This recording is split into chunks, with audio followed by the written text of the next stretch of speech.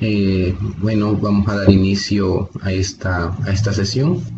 Vamos a dar unas indicaciones generales para comenzar.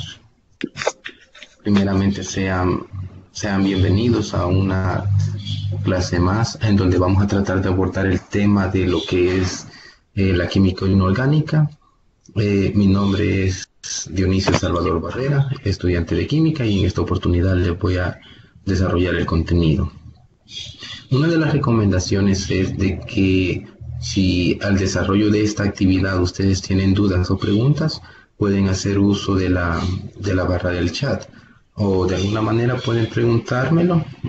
Por favor, tener la cercioridad de tener los micrófonos apagados durante el desarrollo del curso para evitar inconvenientes. Van a haber unos espacios para poder realizar preguntas, pero si tienen unas dudas en el desarrollo del tema, pueden hacerlas. Pueden hacerlas en el uso del chat, yo las voy a estar leyendo y les vamos a estar dando lectura a la brevedad posible. También invitarles y motivarles a que puedan desarrollar y estudiar los contenidos que están inmersos en su plataforma, puesto que ya se acerca el día de su evaluación y es bastante bueno que ustedes tengan los conocimientos suficientes y necesarios para poder desarrollar dicha prueba.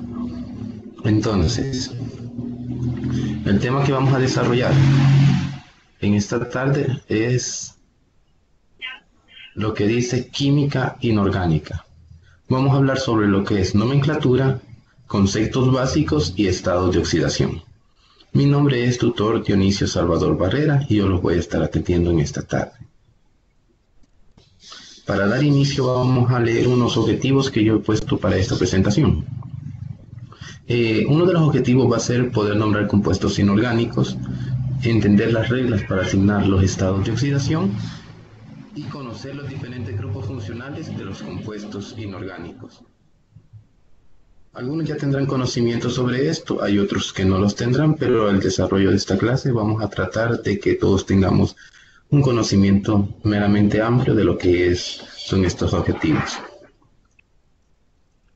Una pequeña introducción. En el estudio de la química nos encontramos con una gran cantidad de elementos que no sería difícil estudiarlos si no los separamos en ramas. En esta ocasión estudiaremos lo que es la química inorgánica, conoceremos cómo nombrarlos y asignar su número de oxidación, pues esta es la rama muy importante para una gran variedad de procesos como la minería, geología y otros compuestos que no necesitan precisamente que sean materia orgánica. Más adelante vamos a hablar un poquito sobre eso. Ya adentrando a lo que es el contenido, vamos a ver. El campo de la química abarca todos los compuestos químicos, descontando los que tienen enlaces carbono-hidrógeno, que son objeto de estudios por parte de la química orgánica. Podemos ver de que la química orgánica estudia los compuestos que están detallados carbono-hidrógeno. Vamos a hablar más adelante sobre eso. Ambas disciplinas comparten numerosos puntos en común y están surgiendo campos interdisciplinares de gran importancia, entre los que podemos citar la química organometálica. Esta es la que mayormente se ocupa en lo que es la extracción de metales preciosos de la tierra, plata, oro, cobre, una gran cantidad. Más adelante vamos a entender por qué es eso. La parte más importante de los compuestos inorgánicos se forma por combinación de cationes y aniones, unidos por enlaces iónicos. Así, el cloruro de sodio se forma por unión de cationes, sodio con aniones cloruro. La facilidad con la que se forma un compuesto iónico depende del potencial de ionización por parte del catión y de la afinidad electrónica por parte del anión, de los elementos que generan los iones respectivos.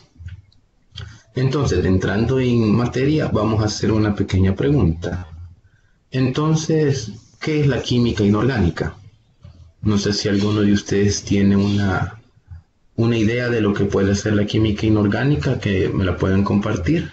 Puedo leerles yo ahí la barra del chat, si alguien quisiera participar. ¿Qué es la química inorgánica?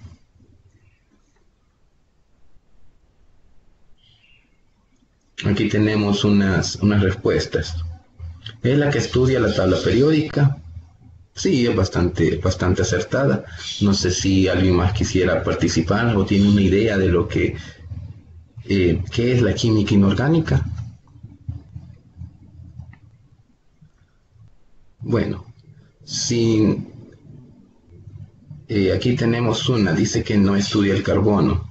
Eh, ahí podemos dar recalque de que no estudia un enlace meramente carbono-hidrógeno, sino que estudia compuestos diferentes a carbono-hidrógeno, porque hay a veces que se presentan compuestos como el CO o el CO2 que contienen carbono y son meramente inorgánicos. Aquí tenemos otra respuesta, es la composición de elementos inorgánicos, es decir, no se encuentra con el carbono. Es lo que estábamos diciendo. Más que todo, esta parte se refiere a que no hay enlaces carbono-hidrógeno meramente enlazados, pero sí podemos encontrar algunos compuestos que contengan carbono que son meramente inorgánicos. Entonces, pero sí, muy buena participación. Los invito a seguir participando. Si tienen dudas e inquietudes, pues aquí vamos a tratar de resolverlas.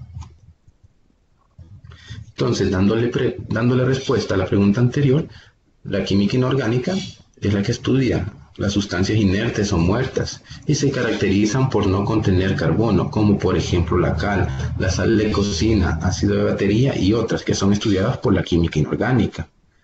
Pero también hay que tener en cuenta que hay ciertos compuestos que contienen carbono y se consideran como inorgánicos, dado que no contienen enlace carbono-carbono. Aquí teníamos otra respuesta, es el estudio de compuestos simples. Sí, podemos ver que hay bastantes compuestos simples inorgánicos a comparación de las macromoléculas orgánicas. Muy buenas respuestas, aquí vamos a ir afinando esos detalles conforme vayamos avanzando. Entonces decíamos que no contienen enlaces carbono-carbono y que sus propiedades son semejantes a este tipo de compuestos, entre las cuales está el monóxido de carbono y el dióxido de carbono. Aquí podemos ver de que aquí hay un enlace, a pesar de contener carbono, estamos uniéndolo directamente a lo que es un oxígeno, no a lo que es un hidrógeno. Entonces esa es una característica muy importante que debemos de tener en cuenta. Otros ejemplos de estos compuestos son el agua, cloruro de sodio, monóxido de nitrógeno, ácido clorhídrico, hidróxido de sodio, etc. Hay muchos compuestos más que a lo largo vamos a conocerlos. Inicialmente se pensaba que la diferencia entre la química inorgánica y química orgánica tenía que ver con un cierto impulso vital de la orgánica, ya que es la que permite el surgimiento de la vida. Pero esas hipótesis se han desechado a medida que se comprende mejor el misterio del surgimiento de la vida. ¿Por qué nos dice esto? Porque a pesar de que nosotros somos materia viva, nosotros necesitamos también de compuestos inorgánicos para poder funcionar de una manera correcta. El ejemplo más claro es el agua.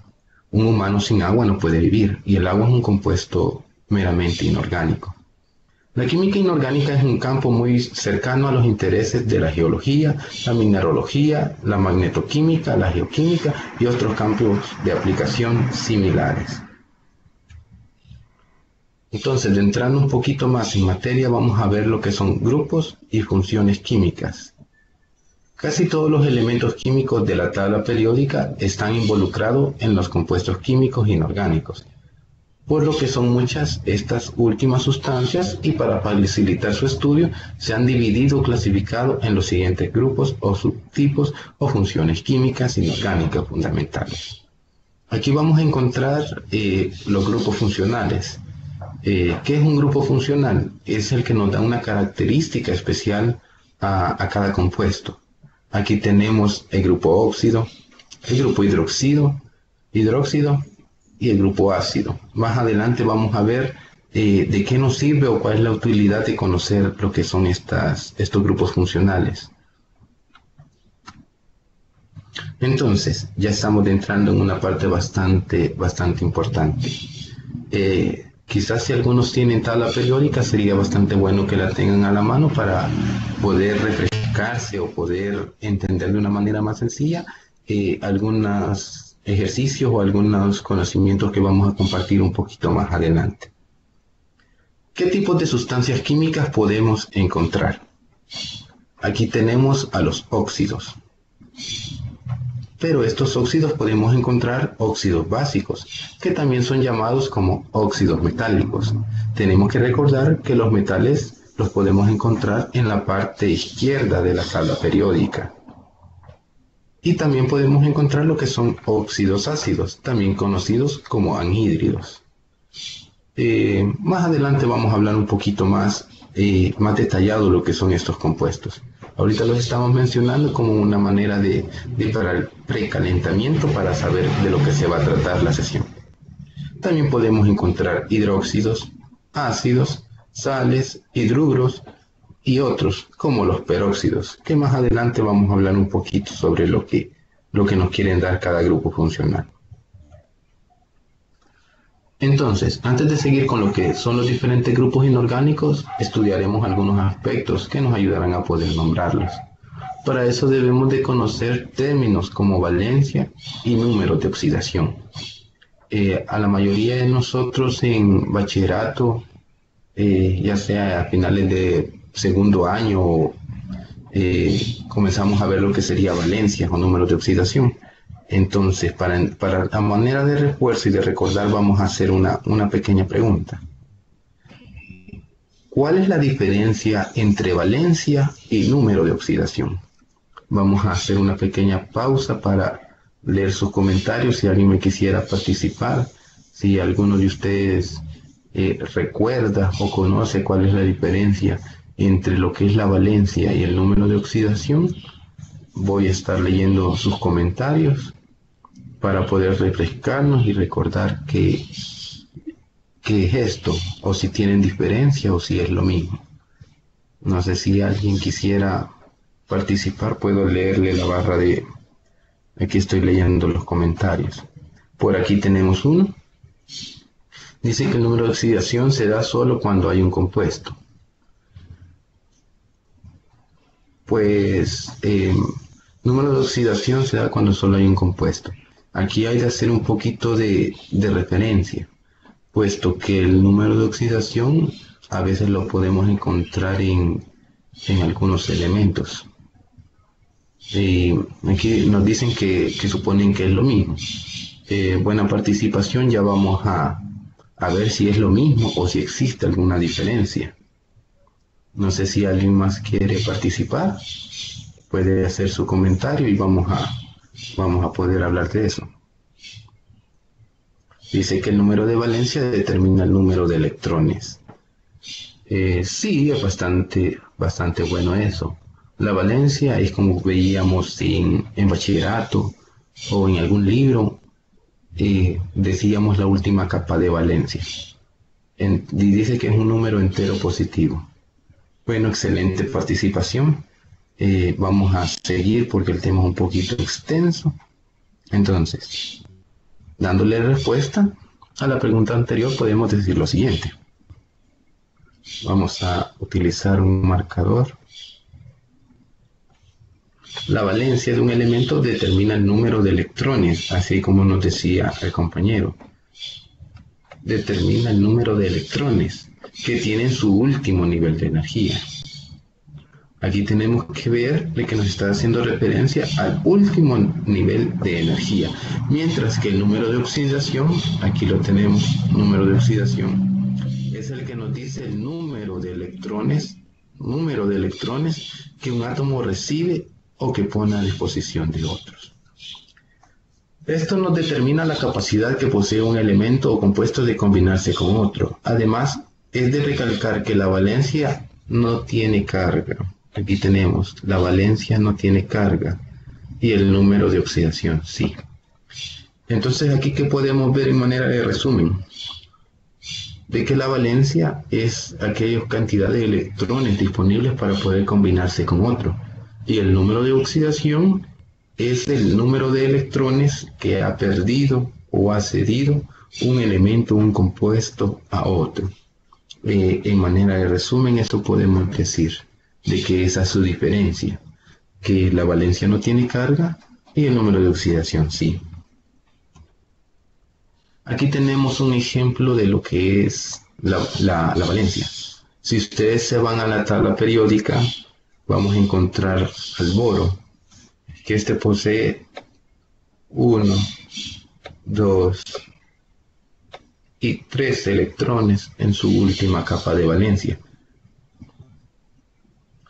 Aquí tenemos una pregunta que nos dice, ¿la oxidación comparte?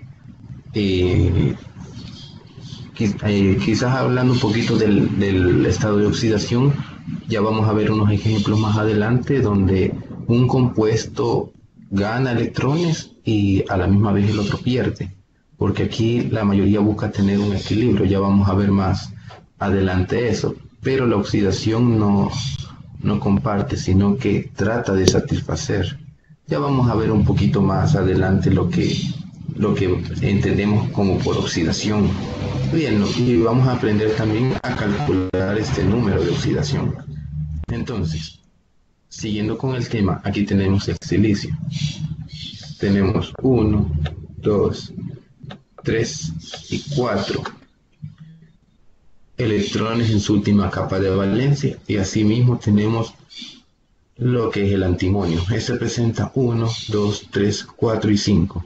Esto lo que nos da a entender es la cantidad de electrones que tiene disponible para enlazarse con otros compuestos o elementos.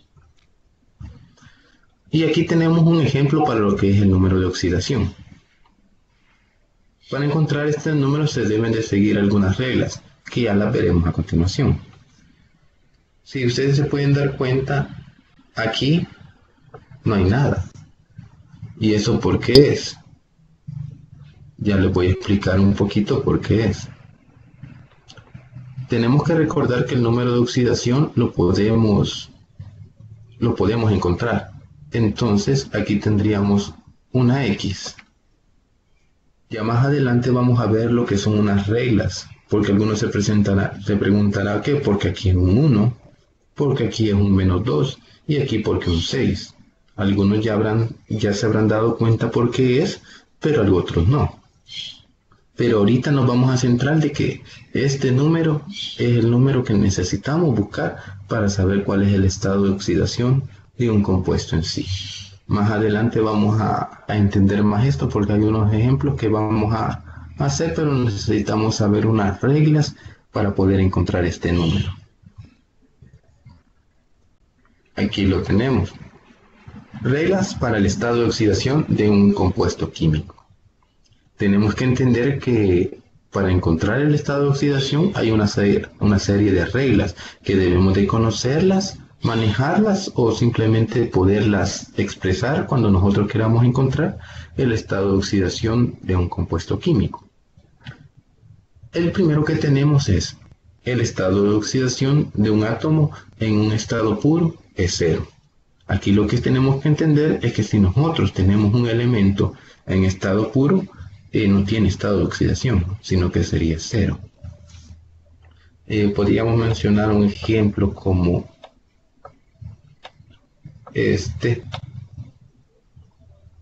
la plata. Aquí tendría un 0.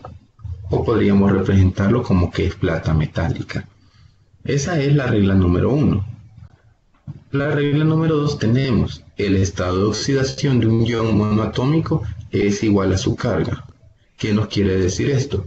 Que si nosotros tenemos un ion de un átomo, este va a ser igual a su carga. Si este tuviera carga negativa, va a ser negativo. Y si tuviera una carga positiva, pues va a ser positivo. Al oxígeno se le asigna un estado de oxidación de -2 en la mayoría de los compuestos covalentes. En la sesión anterior nosotros vimos lo que son compuestos covalentes. Una sección importante son los peróxidos. ¿Qué son los peróxidos? Son compuestos que contienen el grupo O2-2, en los cuales se asigna a cada oxígeno un estado de oxidación de -1. La regla número 4 que nos dice, en un compuesto covalente con no metales se asigna al hidrógeno un estado de oxidación de +1. Aquí hay que tener consideración cuando nos está diciendo no metales, es de tener cuidado en la interpretación de estas reglas. La número 5 nos dice, en compuestos binarios, al elemento con mayor electronegatividad se le asigna un estado de oxidación negativo, igual a la carga de su anión en compuestos iónicos. La número 6 nos dice, en compuestos neutros, desde el punto de vista eléctrico, la suma de los estados de oxidación debe ser cero. Aquí tenemos que tener, esta es una regla bastante importante. Vamos a poner aquí compuestos neutros y debe ser igual a cero. ¿Por qué recalco esto? Porque la mayoría de ejemplos o ejercicios que vamos a encontrar en esta sesión van a ser en base a compuestos neutros. Y esta regla nos va a servir bastante para saber por qué es igual a cero. Y el número 7 tenemos que para una especie iónica la suma de los estados de oxidación debe ser igual a la carga total. ¿Qué nos dice esto? De que cuando tengamos una carga en un compuesto, la sumatoria debe ser igual a la carga. Aquí tengo un ejemplito para entender esto. Aquí tenemos el óxido de hierro. ¿Qué es lo que pasó?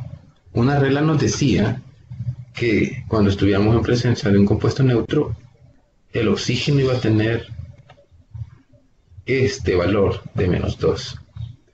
Aquí lo podemos encontrar, que aquí le hemos puesto una incógnita a lo que es el hierro, porque ya sabemos que el oxígeno va a tener un valor de menos 2. Entonces, aquí lo único que tenemos que hacer es hacer una pequeña ecuación. Este 2 que está aquí es este que está aquí chiquitito. Es este que tenemos aquí. Este número, este signo más ya es de regla, solo es de aprendérnosla. Este 3, como ya se habrán dado cuenta, es este 3 chiquitito que tenemos aquí. Y este número 2, menos 2, es este que tenemos aquí. Entonces, ¿qué hacemos para encontrar el número de oxidación del hierro? Estamos buscando el del hierro. Hierro es X. Pues ya cuando tenemos una pequeña ecuación, no está de más, ni se nos hace complicado poder resolverla. Aquí tenemos que 3 por 2 es 6. Más por menos da menos. Pero ¿qué vamos a hacer en esta ocasión? Tenemos que despejar las incógnitas. Entonces, x nos va 2x nos va a quedar a igual a 6. Recordemos que las reglas de las matemáticas nos dicen que cuando un signo está sumando, pasa al otro lado a restar, y cuando está restando, pasa al otro lado a sumar. Entonces aquí no nos queda nada más que hacer esto. Cuando un número está multiplicando y pasa al otro lado del signo igual, pues pasa a dividir. Y entonces aquí tenemos que 6 entre 2 es igual a 3. Entonces tenemos que el estado de oxidación del hierro va a ser más 3. No es muy difícil, no es muy complicado si lo podemos ver de esa manera. Es bastante sencillo. Es bastante sencillo. Aquí tengo otro ejemplo. Si no pueden ver la presentación, es bueno que se salgan y traten de volver a ingresar para solucionar ese problema. Aquí tenemos una pregunta, si no cambia el signo del 2. Vamos a regresar. Creo que estamos hablando de este 2. Este signo número, este 2 no cambia, puesto que aquí está multiplicando. Entonces las reglas matemáticas nos dicen de que cuando está multiplicando, va a pasar al otro lado a dividir. Por ende, conservaría su mismo signo en esta situación.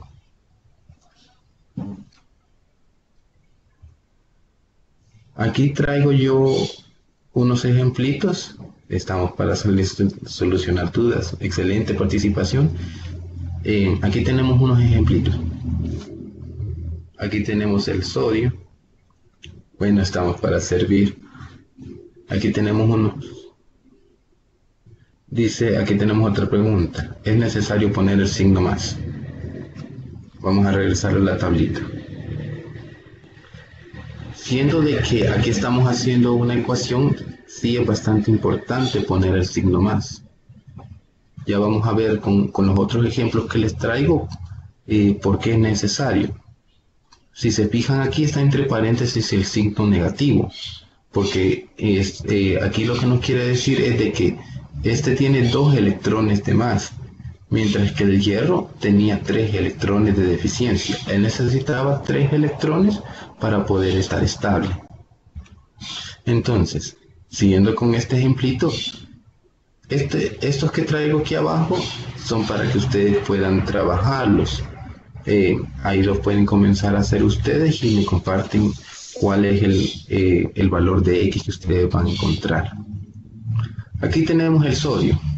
El sodio podemos encontrarlo que es del grupo 1. Entonces, aquí está. Si ustedes tienen su tabla periódica, podrán ver que el sodio está en la primera columna del inicio de la tabla periódica. Y es por eso que él funciona con +1. Pero como tenemos 2 por 1, nos resulta que tenemos 2 con signo positivo. Después, aquí está este del azufre. Pero aquí lo que tenemos que encontrar es este número. Entonces, este sería X, porque no conocemos el valor de oxidación del azufre. Aquí ya está resuelto, pero vamos a darnos cuenta que en este y en este necesitamos hacer unas ecuacioncitas. Aquí tenemos el -2. Sabíamos que una regla dice que cuando estamos en presencia de moléculas neutras, la sumatoria de estas tiene que ser 0. Entonces, 4 menos 2 es igual a 8. Entonces, haciendo todo esto, ¿qué vamos a tener? Tenemos que 2 más X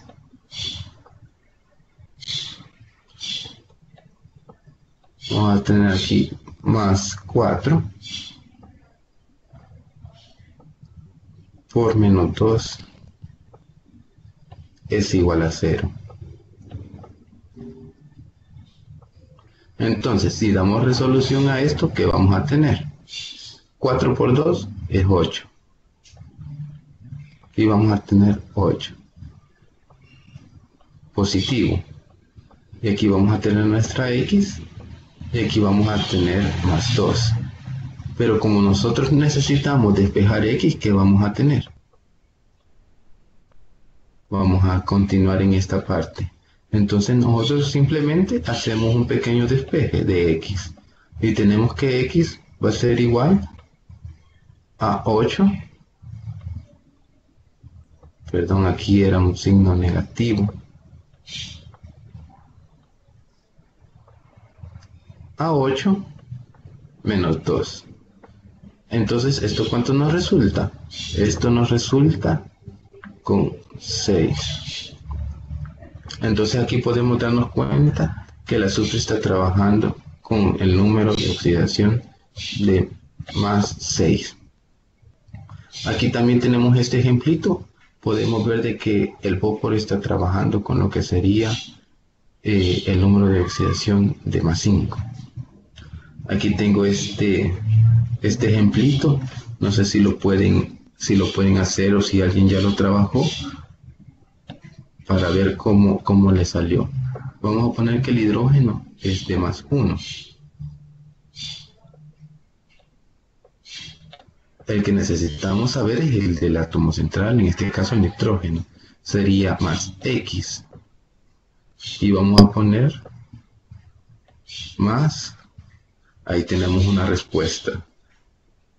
Ya vamos a ver ahí. Aquí tenemos +3 menos 2. Esto igual a 0.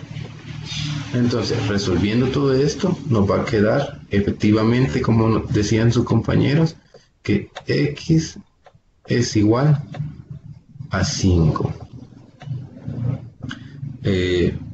Felicidades, me parece ahí muy bueno. Aquí tenemos también el del ácido sulfúrico. Es exactamente igual. Vamos a poner, vamos a encontrar esta X y aquí tenemos otra respuesta. Excelente. Aquí nos dicen que X es igual a 6. Y efectivamente, X es igual a 6. Aquí lo único que tenemos que hacer es resolver la ecuación y igualarla a 0. A 0.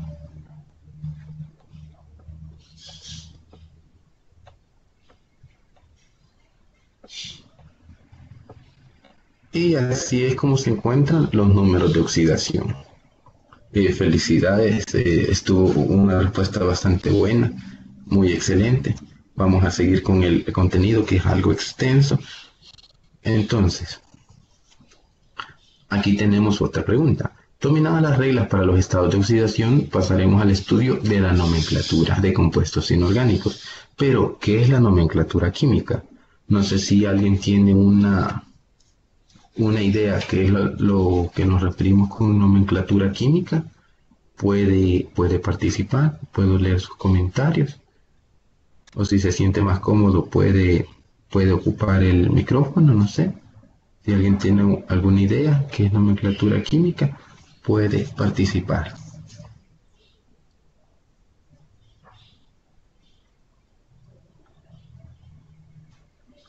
Aquí tenemos una respuesta, dice que es el nombre de los compuestos.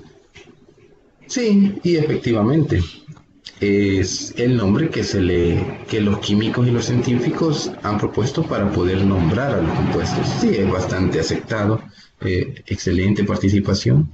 Es cuando se nombran los compuestos, ya sea con UPAC, Stock o la estequiométrica. Excelente.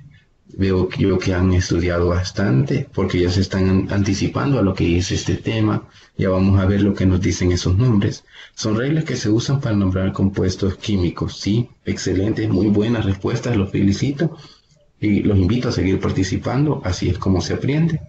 Entonces, como decían ustedes, en química se conoce como nomenclatura o nomenclatura química al conjunto de normas que determinan la manera de nombrar o llamar los diversos materiales químicos conocidos por el ser humano, dependiendo de los elementos que lo componen y de la proporción de los mismos. Al igual que en las ciencias biológicas, existe en el mundo de la química una autoridad encargada de regular y ordenar la nomenclatura para hacerla universal. Esto es bastante importante, puesto que si no tuviéramos cómo nombrar un compuesto químico, sería como que nosotros no tuviéramos nombre. Imaginémonos que estamos en un salón y yo me quiera referir a, digamos, no sé, digamos a Juan. Pero si Juan no tiene nombre, ¿yo cómo podría nombrarlo? Sería bastante complicado. Esto es de suma importancia para poder trabajar. Entonces, entrando en materia, tipos de nomenclatura. Existen 3 sistemas de nomenclatura química. Nosotros vamos a estudiar lo que es sistema estequiométrico o sistemático, UPAC. Sistema funcional, clásico o tradicional. Y también vamos a estudiar lo que es el sistema Stock. Tal vez algunos ya lo vieron, quizás algunos no, pero vamos a ver de lo que se trata. Aquí tenemos sistema estequiométrico o sistema UPAC, que nombra los compuestos en base al número de átomos. Número de átomos, esta es una característica muy importante de cada elemento que forman su molécula básica. Por ejemplo, el compuesto que tenemos aquí se llama trióxido. Aquí tenemos el 3 y el oxígeno, que se dice óxido. De ¿por qué di? Porque dice 2. De níquel y así se llama níquel. Aquí podemos ocupar di, tri, tetra, penta, hexa, hasta poder nombrar la cantidad de elementos presentes en la molécula. Entonces, el sistema funcional clásico o tradicional que emplea diversos sufijos, como oso o ico, según la valencia de los elementos del compuesto. Por ejemplo, aquí tenemos el mismo compuesto que tenemos aquí arriba. Y este se va a llamar óxido niquélico. ¿Por qué niquélico y no niqueloso? Porque aquí tenemos que saber con cuál es la valencia que está trabajando. Cuando trabajan con la mayor, vamos a ocupar lo que es la terminación ICO. Muchos profesores, muchos docentes hacen agregación, que cuando el número de valencia o de oxidación es alto, van a ocupar el nombre de un animal pequeño, dijeron. Entonces por eso decían perico, terminación ico, cuando era grande. Y cuando era pequeño iban a ocupar una terminación oso. También podemos encontrar aquí otras terminaciones cuando hay más números de oxidación, que puede ser perico o hipooso, que eso lo vamos a ver más adelante. Y también tenemos el sistema Stock, en el que el nombre del compuesto incluye números romanos y a veces como subíndice la valencia de los átomos presentes en las moléculas básicas del compuesto. Por ejemplo, seguimos con el mismo compuesto, se llama óxido de níquel 3. ¿Por qué 3? Porque es la valencia con la que está funcionando este, o el número de oxidación en su defecto. Sería como encontrar la X de esta ecuación. No se las hago por factor tiempo, pero ya sé que ustedes pueden. Entonces, habiendo sabido esto, vamos a poner este ejemplo. Nombre por los diferentes métodos los siguientes compuestos. Alguien que pudiera participar o quiera participar nombrando estos compuestos. Está abierto el tiempo.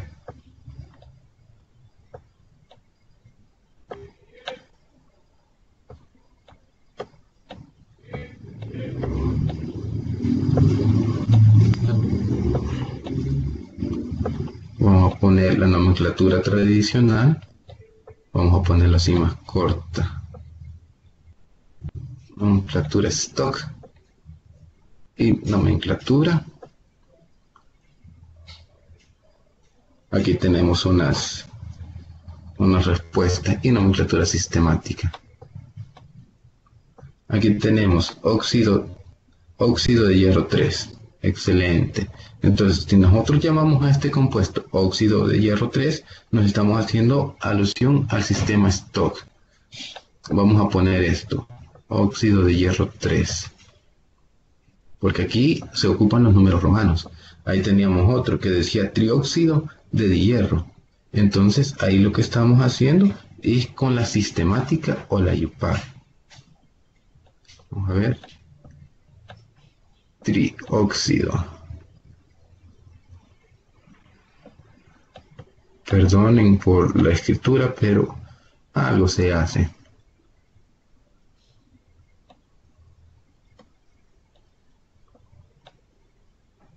Trióxido de hierro. Aquí podemos ver de que nos está indicando cuántos elementos hay en la molécula.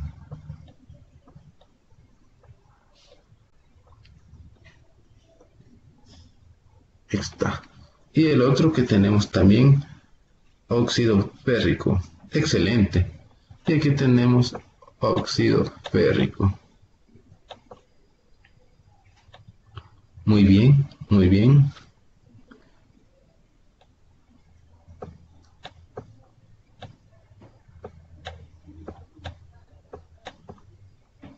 Aquí tenemos una pregunta. Nos dice, ¿siempre tiene que ir el óxido primero? Sí, especialmente lo normal se pone un grupo funcional más importante.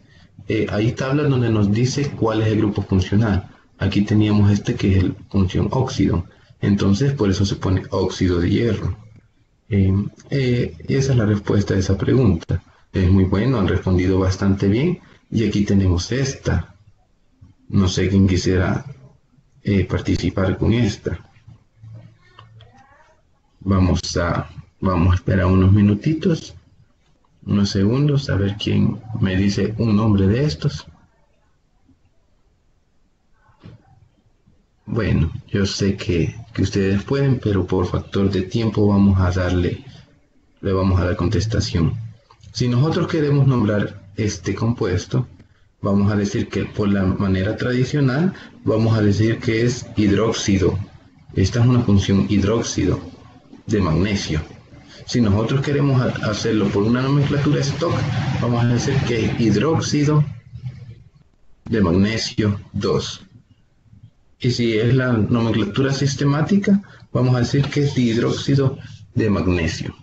Ahí teníamos una respuesta: hidróxido de magnesio y hidróxido de magnesio. Excelente, muy bien. Se nota que han aprendido bastante. Los invito a seguir participando.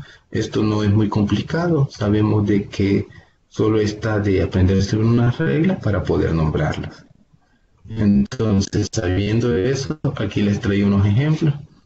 Aquí pueden ver de que nomenclatura sistemática, de hidruro de calcio, en la nomenclatura stock, hidruro de calcio, nomenclatura tradicional, hidruro cálcico. Igual aquí tenemos dihidruro de hierro, tenemos el trihidruro de hierro, hidruro de litio, para que vean que la nomenclatura sistemática nos indica la cantidad de elementos que hay en cada átomo o de cada compuesto. La nomenclatura stock la ocupamos con números romanos, cuando los hay. Y la nomenclatura tradicional, ahí ocupamos las terminaciones ico y las terminaciones oso.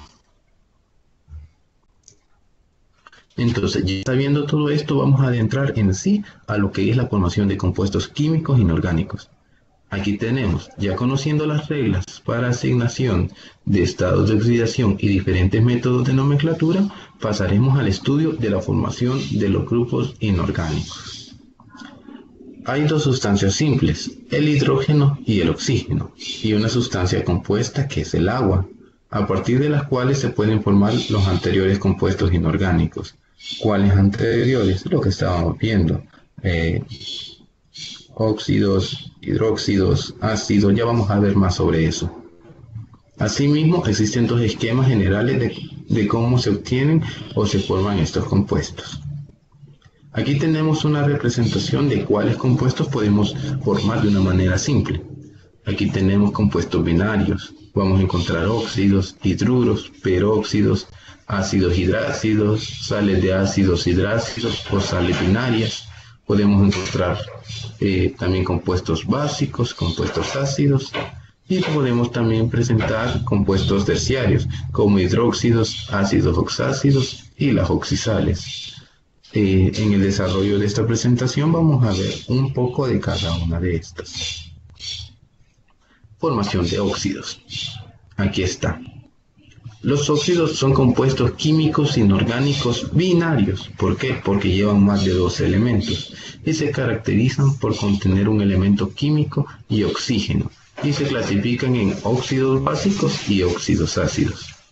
Ya vamos a ver por qué básicos y por qué ácidos. Aquí tenemos unos ejemplos. Óxidos básicos. Tenemos óxidos metálicos. Y de este lado también tenemos lo que son los óxidos ácidos. Anhídridos, óxidos no metálicos. Aquí podemos ver una presentación o darnos cuenta de que los óxidos básicos están formados por el oxígeno y un metal. Aquí podemos ver el óxido de sodio, el de magnesio, óxido de calcio, óxido de hierro, óxido de aluminio.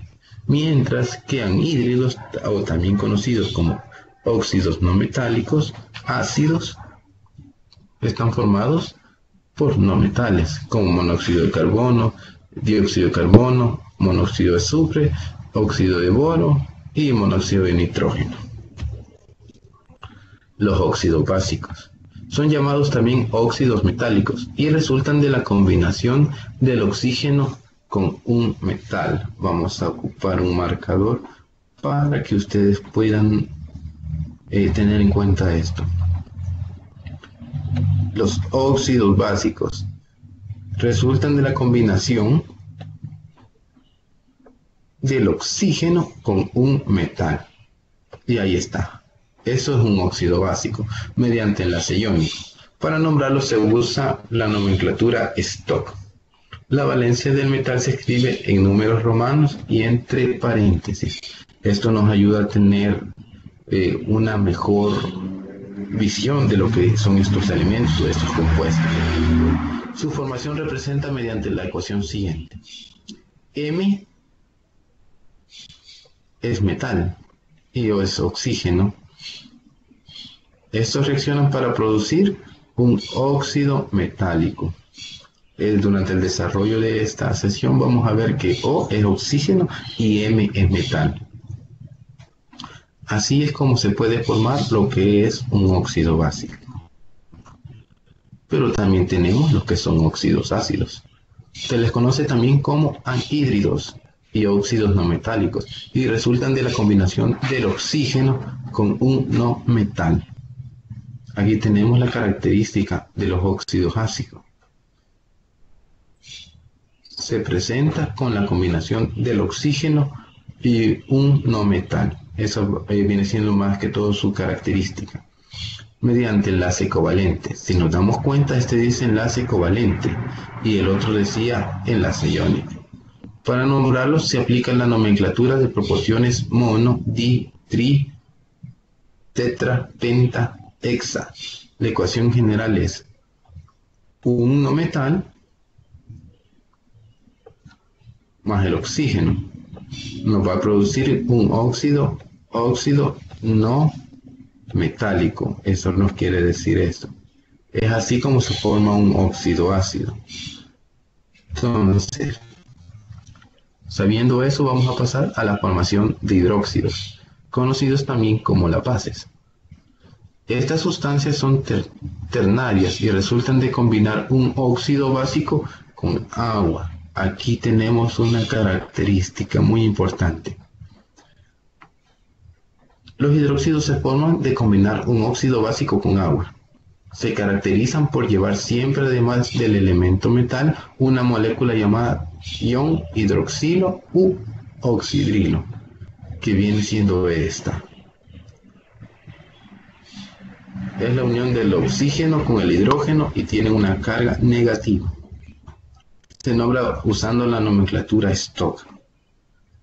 Entonces vamos a tener un metal, el oxígeno, la presencia del agua para formar un ion oxidrilo.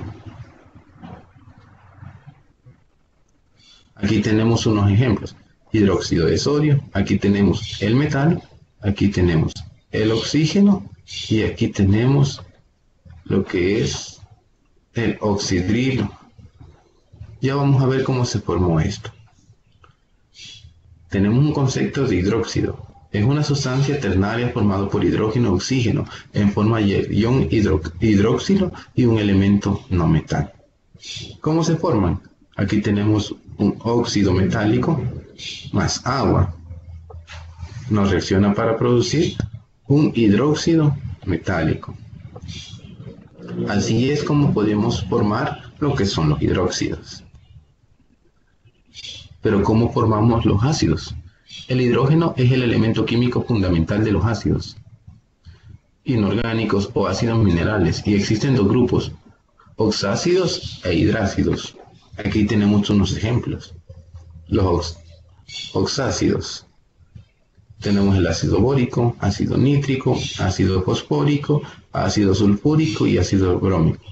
Los hidrácidos, ácido fluorhídrico, ácido clorhídrico, ácido clorhídrico, iohídrico y sulfídrico. ¿Cuál es la diferencia? Ya la vamos a ver a continuación.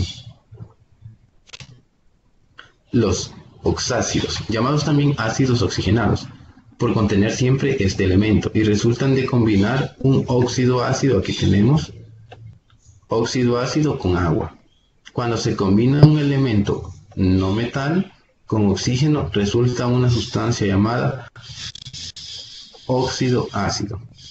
Y si a esta se le agrega agua, aquí tenemos un elemento bastante importante, se le agrega agua, luego se obtiene un tipo de ácido denominado oxácido. Así, estas sustancias están formadas por hidrógeno, un no metal y oxígeno, en este orden, por lo que son sustancias ternales y su ecuación general es. ¿Cómo formamos un oxácido?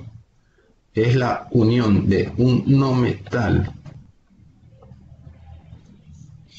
más agua, aquí tenemos el agua, ¿Y qué nos resulta esto? Entonces tenemos un no metal con el hidrógeno, que es la ecuación general de los oxácidos. ¿Y los hidrácidos cómo los podemos encontrar? Son llamados también ácidos no oxigenados, ya que no contienen oxígeno. Aquí tenemos una característica bastante importante, que no son oxigenados, pues no poseen o no contienen en su seno el oxígeno, sino que tan solo hidrógeno y un no metal. Aquí tenemos esta característica muy importante. Existen dos pasos para obtener un hidrácido. Primero obtener el hidruro y después su respectivo hidrácido, disolviendo el hidruro en agua. Aquí tenemos esta información bastante importante.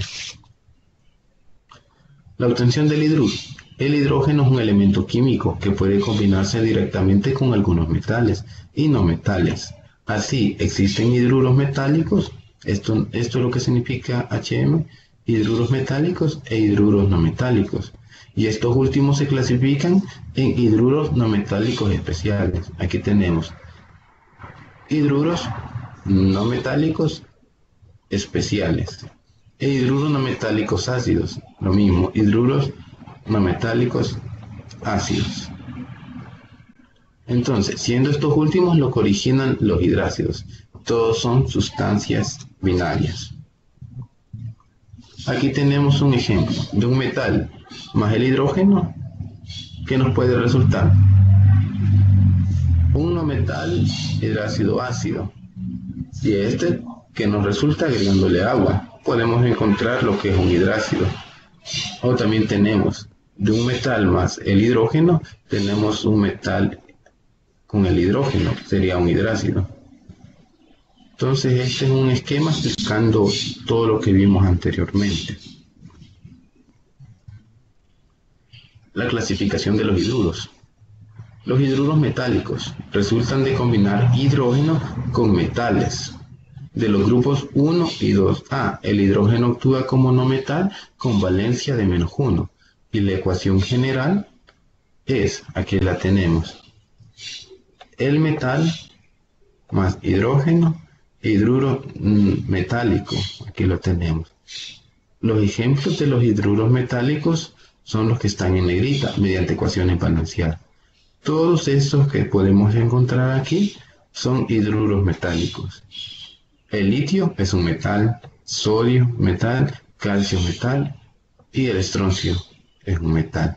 Todos estos están reaccionando con el hidrógeno y por eso se llaman hidruros metálicos. Los hidruros no metálicos. Estos se subdividen en dos grupos, hidruros no metálicos especiales e hidruros no metálicos ácidos. Los primeros se originan al combinar hidrógeno con los no metales del grupo 3A, 4A y 5A de la tabla periódica. Y los segundos se obtienen al combinar hidrógeno con elementos no metales, como lo que son del grupo 6A y 7A, el azufre y 4 halógenos respectivamente. Aquí el hidrógeno actúa como metal con valencia 1 y los demás elementos con su menor valencia negativa. Observe que difiere la colocación de los símbolos químicos en los productos de ambos tipos de hidruros no metálicos. Aquí tenemos la representación como se hace. Un no metal más el hidrógeno nos da un hidruro no metálico. Aquí tenemos algunos hidruros no metálicos especiales y aquí tenemos hidruros no metálicos ácidos. Son unos pequeños ejemplos. Y por último tenemos lo que son la formación de las sales. Las sales son cristales y solubles en agua, por lo general. Son sustancias binarias, terciarias y cuaternarias, las cuales podemos encontrar dos tipos, lo que son las sales aloideas y lo que son las sales oxisales. Estas se clasifican en 4 tipos: neutras, ácidas, básicas y dobles. Vamos a darle un pequeño repasito a lo que significa. Las diferentes sales resultan de la reacción entre un ácido y una base, siendo esta reacción de neutralización completa o bien parcial, y en estos los casos se produce también agua. Al formar una reacción de neutralización, tenemos como subproducto agua. Entonces, aquí tenemos las sales aloideas y oxisales, que pueden ser neutras, ácidas, básicas y dobles. Las sales aloideas, llamadas también sales aloideas y no oxigenadas. Este tipo de sustancias se forman por una reacción de neutralización, aquí lo tenemos, entre un hidrácido, un hidróxido o una base, sobrando agua. Son compuestos binarios, pues la sal contiene un metal y un no metal halogenados o bien azufre. Aquí tenemos un ejemplo. El ácido clorhídrico más el hidróxido de litio nos va a formar lo que es el cloruro de litio y agua. Es un ejemplo. Tenemos la sal y siempre tenemos agua. Las oxisales son sales que contienen también como reacciones de neutralización. Cuando se combinan un oxácido con un hidróxido se obtienen o producen la oxisal y un poco de agua. Anteriormente se apuntó que existen 4 tipos de oxisales, las que vamos a explicar a continuación. Tenemos las neutras, formada por un metal del hidróxido, un no metal y oxígeno. Los metales del hidróxido sustituyen totalmente a los hidrógenos del oxácido. Aquí tenemos una manera de representación. Tenemos un óxido metálico hidrácido y tenemos lo que es un hidróxido metálico. Y aquí tenemos lo que es una sal neutra y la presencia de agua. Aquí no tenemos más que decir. Tenemos también lo que se nos puede presentar una sal ácida, que resulta de combinar un oxácido con un hidróxido, y está formada por un metal, un hidrógeno, un no metal y oxígeno del oxácido, en ese orden. Estas sales se diferencian de las anteriores en que llevan además hidrógeno, el que les da el carácter ácido. Estas llevan un hidrógeno. Los metales del hidróxido sustituyen parcialmente a los hidrógenos del oxácido. Aquí podemos ver una forma como se forma. Tenemos el oxácido más el hidróxido y aquí tenemos presencia del hidrógeno y tenemos también una presencia de agua. Esta es una característica bastante importante de lo que es una sal ácida. Tenemos lo que es una sal básica, que resulta también de la combinación de un hidróxido con un oxácido y está formada por un metal y un ion oxidrilo que proviene del hidróxido y por un no metal y oxígeno que provienen del oxácido en ese orden. Aquí lo tenemos también, el oxácido más hidróxido igual a una sal básica más agua. Aquí tenemos la presencia de agua, podemos ver, y tenemos aquí lo que significa el metal, el hidróxido significa que es un no metal, el oxígeno, y aquí tenemos otro metal. Y tenemos lo que es una sal doble. Recuerda que la sal ácida contiene un hidrógeno, sin embargo, en la sal doble este hidrógeno es sustituido por otro metal, proveniente de un segundo hidroxilo. Esto significa que para formar una sal doble es necesario combinar 2 diferentes tipos de hidróxido con un solo oxácido. Así pues, este tipo de sal está formado por 2 metales diferentes, un no metal y el oxígeno, aunque no siempre, en ese orden, sobrando siempre agua. Esta última se forma a partir de la unión de 2 iones hidróxidos que provienen de los hidróxidos más los hidrógenos del oxácido. Aquí tenemos un ejemplo, el ácido sulfúrico más el hidróxido de potasio más otra base que es el hidróxido de sodio. Y tenemos esta sal doble. Aquí tenemos el sodio, el potasio y aquí podemos tener lo que es el sulfato. Y siempre tenemos una presencia de agua. Entonces, habiendo estudiado todo esto y hasta estas alturas, no sé si alguien tiene alguna pregunta, alguna inquietud, podemos darle respuesta. Le estoy leyendo ahí la barrita. Si no hubieran dudas, pues yo tengo aquí unas preguntitas a modo de refuerzo. ¿Qué tipo de métodos de nomenclatura hay? No sé si alguien quisiera participar y responder. También tenemos a qué nos referimos con valencia. ¿Cómo se hace? Aquí tenemos los de Andrea con los de la nomenclatura. ¿Qué tipos de nomenclatura hay? Recordemos que habían 3. podemos mencionar las tres.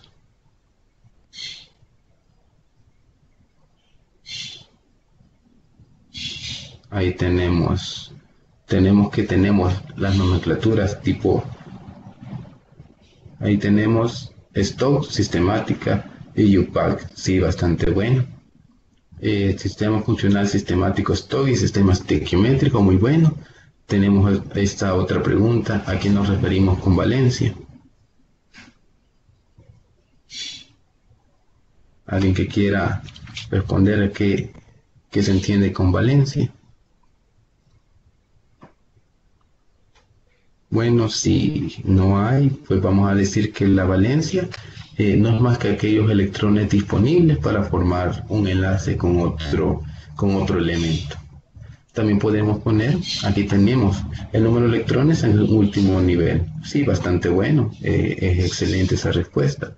Y también tenemos esta, cómo se forman los hidróxidos. Sí, así es, el número de electrones en su último nivel de energía. Entonces también tenemos esta otra pregunta, ¿cómo se forman los hidróxidos? Si alguien tiene una idea cómo se forman. El número de electrones en su último nivel, metal, óxido con agua, se forman metal e hidrógeno. Los hidróxidos, combinación de metal y un hidróxido. Pues aquí vamos a decir de que un hidróxido se forma en la combinación de un óxido metálico más agua. Así se forma. Aquí tenemos una metal y un hidrógeno. Pues eso sería más un hidrácido. Entonces, vamos a poner que el hidróxido se forma por un óxido metálico más agua. Entonces, la última pregunta, como manera de respuesta, tenemos que los hidróxidos, pues digamos, óxido de sodio más agua, tendríamos el hidróxido de sodio. Y la última preguntita, ¿cuál es la carga que presenta una molécula neutra? No sé si alguien sabe cuál es la carga que presenta una molécula neutra. Puede participar ahí.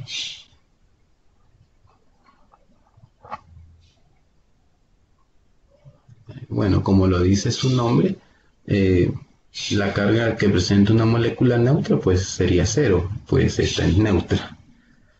No sé si hay alguna duda. Excelente, aquí teníamos la respuesta. La carga que presenta es cero. Muy bien. Hasta aquí llega la presentación. No sé si alguien tiene alguna duda que la puede escribir. Si no las hay, pues no hay mayor satisfacción que lograr aquello que se creía imposible. Animarles también a seguir esforzándose día a día con lo que es sus cursos de capacitación y sus cursos de entrenamiento para poder examinarse en el día a día. Felicitarlos también los que se pudieron conectar. Apoyo bastante significativo para cada uno de ustedes. Además, invitarles a participar en los diferentes foros y las diferentes asignaturas. Y pues cualquier duda y curiosidad pueden escribirnos en cada foro y vamos a tratar de darle respuesta.